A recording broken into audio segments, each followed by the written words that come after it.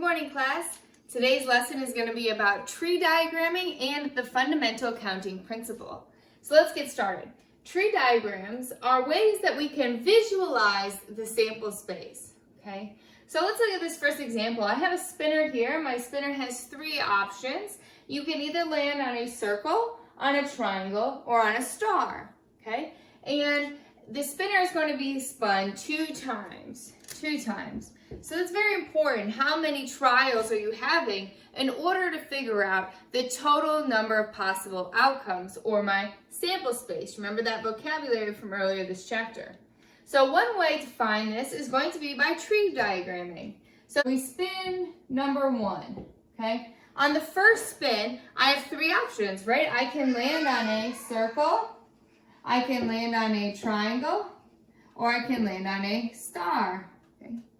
From there, I now have a second spin, spin number two. Okay. On my second spin, remember your second spin, that outcome depends on the first spin. So for example, on the first spin, I spun a circle. But now on the second spin, I have three options. I could land on another circle, land on a triangle, or land on a star. If I landed on a triangle at first, I could then land on a circle, on a triangle, or on a star. And if I landed on a star the first round, well then I could land on a circle, a triangle, or on the star again, okay? Or on the star again.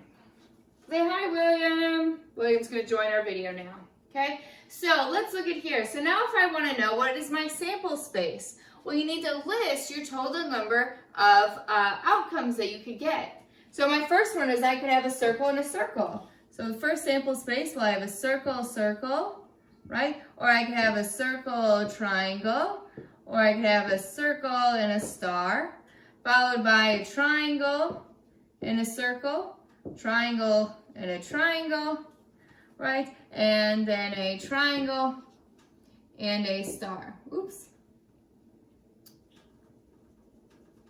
And another triangle and a star, right? And then my last options is if I landed on a star first, star, star, and then my second time I had a circle, triangle, and another star. So this would be my total sample space here. It lists all of my options, okay? And so you could draw pictures or you can use letters. You could have also used CT for triangle, and S for star, as long as I know what you're talking about in relevance to the problem. So, and now if I ask you what is the number of outcomes, all you have to do is count up the sample spaces. So all you have to do is count from part A. Well, I have 1, 2, 3, 4, 5, 6, 7, 8, 9.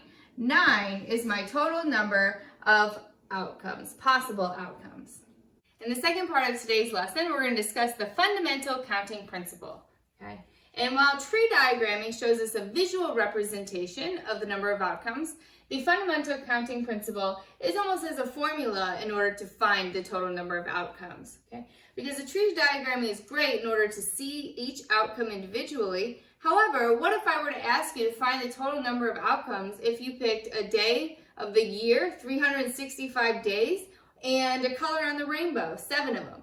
Then you would have to have 365 trees, each one with 7 branches for each color. So tree diagrams can get out of hand pretty fast. So we have discovered what is called the fundamental counting principle. And that principle says if your first event number 1 occurs, let's say m number of ways, m is just a variable representing the number of ways that it could occur, and event number 2 occurs n number of ways, then both the events will occur m times n ways. You multiply.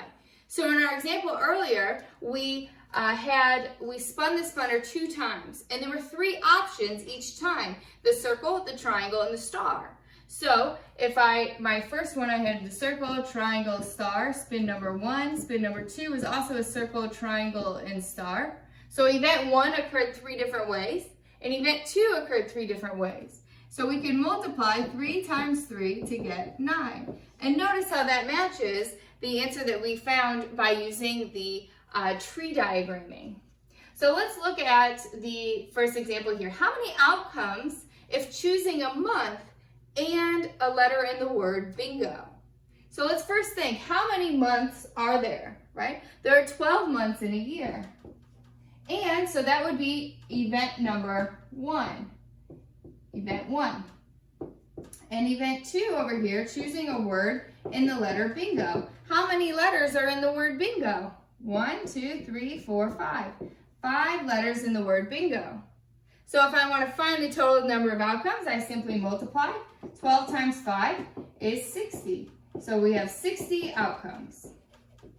In this next example, let's go back to school shopping, all right? So you've got enough money to buy 3 pairs of pants and 5 times as many shirts. So I want to know, how many outfits can you create? Well, let's first look at the first event.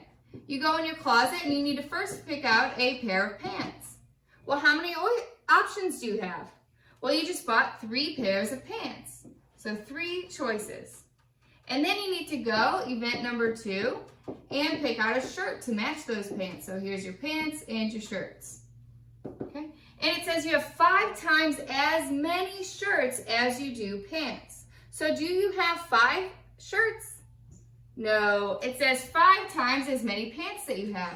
So you need to take 5, multiply it by 3 because you have 3 pairs of pants, which is 15. So you have 3 pants and you have 15 shirts. So the total number of outfit combinations that you can arrange is going to be 3 times 15, which is 45 outfits. 45 outfits. Okay. If you need any help completing your homework, then please reach out, email, call, text. Bye.